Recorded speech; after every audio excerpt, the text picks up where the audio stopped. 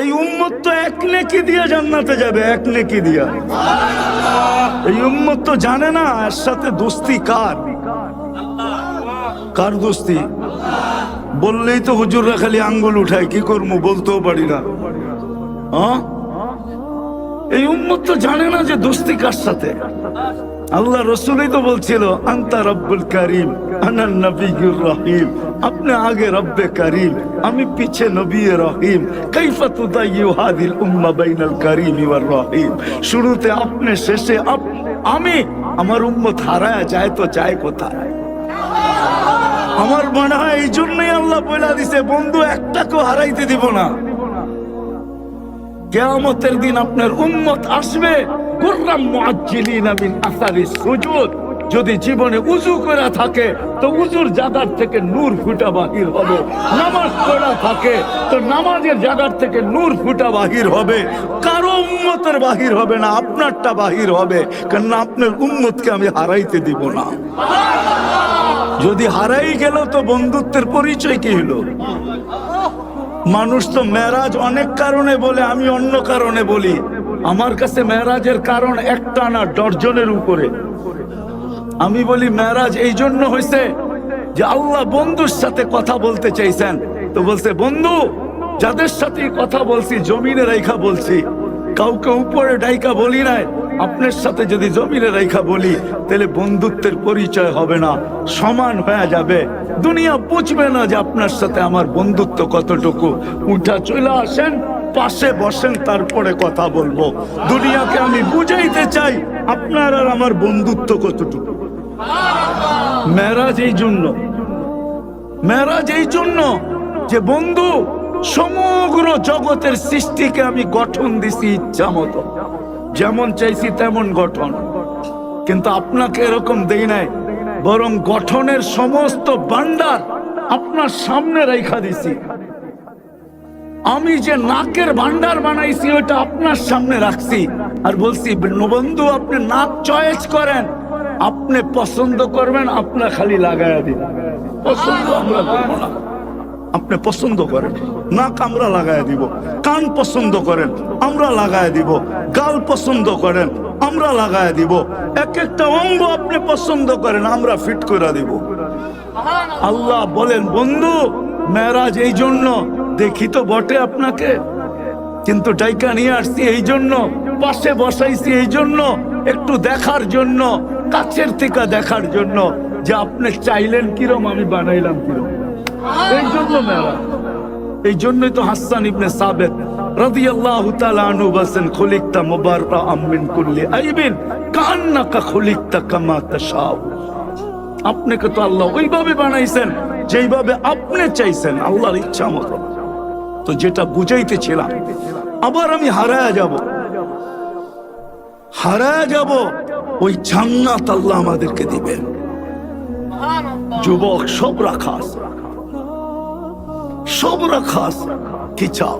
দুনিয়ার সিঙ্গার রব্বে কাবার কসম, যদি আল্লাহকে রাজি করতে পারলা, আল্লাহকে পাইতে পারলা, বা মুহাম্মদুর রাসূলুল্লাহকে রাজি করতে পারলা, এর গোলাম হইতে পারলা, এর রঙে নিজেকে সাজাইতে পারলা।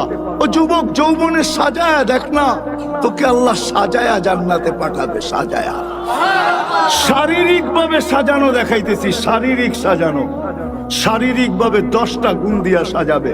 আল্লাহ তাউলি আদম সিত্তুনা জিরাআ, আদম আলাইহিস ইসলামের মতো 60 হাত লম্বা, 120 ফিট লম্বা।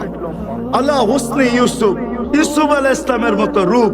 আল্লাহ মিলাদি ঈসা, ঈসা আলাইহিস ইসলামের মতো বয়স। আল্লাহ কুওয়াতি মুসা, মুসা আলাইহিস ইসলামের মতো শক্তি। আল্লাহ খুলুকি মুহাম্মদ, আমাদের নবীজির আখলাক দিয়ে ভিতরে সাজাবে। আল্লাহ সৌতি দাউদ, দাউদ আলাইহিস ইসলামের মতো গলার আওয়াজ। জানো দাউদ আলাইহিস ইসলামের আওয়াজ কাকে বলে? সমগ্র জগতের সিঙ্গার যদি, যেদিন থেকে আল্লাহ আওয়াজ তৈরি করছেন কিয়ামতের সকাল পর্যন্ত, দুনিয়ার সব সিঙ্গার যদি আইনা এক পাল্লায় করা হয়, রব্বে কাবার কসম, রব্বে কাবার কসম, রব্বে কাবার কসম, তোমার আওয়াজের এক বিন্দু পরিমাণ হবে না, বিন্দু পরিমাণ। দাউদ আলাইহিস সালাম যখন জবুর পড়তেন, সাউদ আলাইহিস সালাম যখন জবুর পড়তেন, তামায়ালাতিল জিবাল, পাহাড় পর্যন্ত ডান্স করত, পাহাড় এরকম আওয়াজ দিবে। কুওয়াতু মিয়াতু রাজুল, 100 পুরুষের যৌবন শক্তি দিবে। জুরদুন মুরদুন মুখালুন, দাড়ি থাকবে না, মোষ থাকবে না, চোখে সুরমা লাগানো থাকবে, শুধু শুধু কাঁদেন নাই। জিবরিল জিজ্ঞাসা করছে, মিকাইল জিজ্ঞাসা করছে, আর তব কি, কেন কাঁদেন? তো বলছে, উম্মত জান্নাত জাহান্নাম যেদিন থেকে দেখা আসছি, ওই দিন থেকে উম্মতের জন্য চোখের পানি থামে না। ও যুবক, তোমার জন্য চোখের পানি একদিনও থামে নাই, নারীর জন্য থামে নাই, পুরুষের জন্য থামে নাই। এই জন্য আমার কথা শুরু ছিল, আল্লাহ পাওয়া ব্যতীত এই জীবনটা ভরবে না। কিন্তু প্রশ্ন আমি তুলে দিলাম, তারপরে জবাব আসলো যে আমার বন্ধুকে পায়া গোলাম হয়ে যাও, আমার বন্ধুর সাজে সাজা যাও, আমার বন্ধুর রঙে রঙা যাও।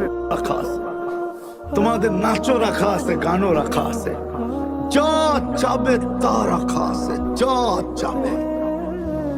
শুধু অল্প কয়েকটা দিন, 60-70 বছর, একটু বুকের উপরে হাত রাখো। যেমন রোজা যদি গরমের দিনে হয়, তো যারা রোজা রাখে ওদেরকে যদি জিজ্ঞাসা করে, রোজা গরমের দিনে আবার রাখছেন রোজা, কয়েক ঘন্টার ব্যাপার, তো সূর্য ডুবতে দেরি, সেহরি পর্যন্ত খাইতে দেরি করব। সূর্য ডুবার থেকে খাওয়া শুরু করব, সেহরি পর্যন্ত খাবো। দুর্গন্ধময় জায়গা দিয়া যখন মানুষ যায়, তো অল্প কতক্ষণ নাকের ভিতরে রুমাল রাখে, জায়গা অতিক্রম হইতে দেরি আর রুমাল সরাইতে দেরি করে না। রব্বে কাবার কসম, 60-70 বছর শুধু সবর করতে হবে, মুহাম্মদুর রাসূলুল্লাহ সাজে সাজতে হবে। আর তা যদি না হয়, তাহলে কথা সত্য হয়ে যাবে। কিন্তু কথা সত্য হয়ে গেছে, হয়ে গেছে কথা সত্য। হাদিস বলে, সাকাতাত মিন আইনিল্লাহ, এই উম্মত এত ভালোবাসার পাত্র হওয়া সত্ত্বেও একদিন আসবে যে উম্মত আল্লাহর চোখ থেকে দূরে সরে যাবে। আজকে আমরা দূরে, নাইলে আপনাদেরকে আমি দেখাইতে পারি, একজনের চিৎকারে ফেরেশতা নাইমা আসছে, একজনের চিৎকার। আজকে জিজ্ঞাসা করেন, প্রত্যেক আলেম ওলামা ফিলিস্তিনের জন্য সারা রাত্র কান্দে, সারা দিন কান্দে, সারা দিন রক্তক্ষরণ হয়। জিজ্ঞাসা করেন আলেমদেরকে। মাদ্রাসাগুলোতে দোয়া হইতেছে, জিজ্ঞেস করেন এই মাদ্রাসায় দোয়া হয় কি হয় না, কিন্তু কোনো ক্রিয়া দেখতেছি না। কারণটা কি?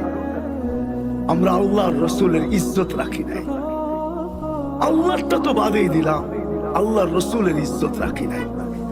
ও উম্মতে মুহাম্মাদি, শুধু ভালোবাসা মুখ দিয়া বললে হবে না। আল্লাহকে পাইতে হলে মুহাম্মদুর রাসূলুল্লাহর গোলাম হইতে হবে। আর গোলামির সবচেয়ে বড় পরিচয় যদি দিতে পারি, আজকে থেকে দুটা কাজ যদি করতে পারি, একটা হলো আজকে যদি তওবা করতে পারি মনের থেকে। পারবেন? কে কে পারবেন দেখি? তাইলে আল্লাহ কিন্তু প্রথম আকাশে এখন ডাকতেছে আমাদেরকে তওবা করার জন্য। তাহলে বলেন, আল্লাহ অতীত থেকে তওবা করলাম। হ্যাঁ, পাক্কা? আপনি আমাদের তওবা কবুল করেন। নামান দ্বিতীয়, আজকের থেকে অঙ্গীকার করি যে কিছু পারি আর না পারি, মুহাম্মদুর রাসূলুল্লাহর একটা রং আজকের থেকে আমার জীবনে লাগবে। মৌত পর্যন্ত এই কালার আমার জীবন থেকে কখনো যাবে না। যদিও যায়, তাইলে যেন আমার মৌত যদিও আসে, তো আমার মৌতটা যেন এই কালারের পেলার ভিতরে আসে। সেটা হলো নামাজ। আজকের থেকে নামাজ ছাড়বো না। হ্যাঁ, মনের থেকে দোয়া করি, আল্লাহ মৌত আসবে বটে, কিন্তু এই নামাজের পেলার ভিতরে যেন আমার মৌত আসে। আরে বলেন মনের থেকে যে আল্লাহ নামাজের পেলার ভিতরে যেন আমার মৌত আসে। এটা এই জন্য বলতেছি, নামান আল্লাহ যদি কাউকে জিজ্ঞাসা করে যে কি নিয়ে আসছো, এক ব্যক্তি নামাজে মারা গেল, আল্লাহ যদি জিজ্ঞাসা করে কি নিয়ে আসছো, জায়গার থেকে এটা কোন, আমি কি নিয়ে আসছি এটা পরের কথা, আপনি আমারে নিয়ে আসছেন কোন জায়গার থেকে এটা কোন, আগে কি অধিকার আছে না নাই? হ্যাঁ, ও ছিল কোথায়? কিসে? নামাজ কি? হায় হায়, আল্লাহু আকবার। নামাজ কি? নামাজ মুসাল্লি উনাজি রব্বা, নামাজি আল্লাহর সাথে কথনে থাকে, নামাজি আল্লাহর কুদরতি পায়ে থাকে, পায়ে। আস-সাজিদু ইয়াসজুদু আলা কদমাইর রহমান। আর মাবুন নামাজে যখন থাকবে তখন থাকবে তো মুসল্লায় থাকবে, ঠিক না? কি নামাজ কিসে পড়ে? যায় নামাজে না? তো উনার তো বলতে পারবে আপনি আমাকে যায় নামাজ থেকে উঠায় নিয়ে আসছেন, আবার জিজ্ঞাসা করেন কি নিয়ে আসছি মানি? আর পুরুষ নামাজ পড়বে কোথায়? কোথায়? মসজিদ কার ঘর? আল্লাহরে যদি আল্লাহ যদি জিজ্ঞাসা করে কি নিয়ে আসছেন, তোর কি বলার অধিকার নাই আমাকে নিয়ে আসছেন কোত্থেকা? তা আল্লাহই তো বলবো আমার ঘরের থেকে নিয়ে আসছি। আপনার ঘরের থেকে যদি নিয়ে আসেন তো আর লাগে তো লাগে কি? তারপরও যদি কিছু লাগে তাইলে আর আপনার ঘরের থেকে ময়রা লাভ হইল কি? কি আরে যুক্তি কি বলে? সত্য তো। ওনার ঘরে মারা যাওয়ার পরেও যদি কিছু লাগে, কিছু যদি লাগে তাহলে ওনার ঘরে ময়রা লাভটা কি? যেমন হাজি যখন এহরাম পরা মারা যায়, আল্লাহ রসুল বলছে ইয়াতি ইয়াউমাল কিয়ামতি মুলাব্বিয়ান, ও কিয়ামতের দিন কবর থেকে উঠবে তলবিয়া পড়তে পড়তে। তলবিয়া বুঝেন তো? হ্যাঁ কি? তো ফেরেশতারা জিজ্ঞাসা করবে কিয়ামতের মাঠ তুই দি তলবিয়া পড়স, আমি কোন জায়গার থেকে আইছি এটা জানিস না? আমি আসছি কোন জায়গার থেকে এটা তো জানোস? এটা জানোস না? তো ফেরেশতা হাক্কা বাক্কা খাবে, আল্লাহ বলবে ঠিকই আছে তলবিয়া। কেননা ওরে এহরাম অবস্থায় নিয়ে আসছি, এহরাম অবস্থায়। ও তো তলবিয়া পড়তে পড়তে আসবে, ও আর কি পড়তে পড়তে আসবে? ও দুনিয়াকে বুঝাইতে বুঝাইতে আসবে। হজ এখনো শেষ হয় নাই, জান্নাতে ঢুকা শেষ হবে।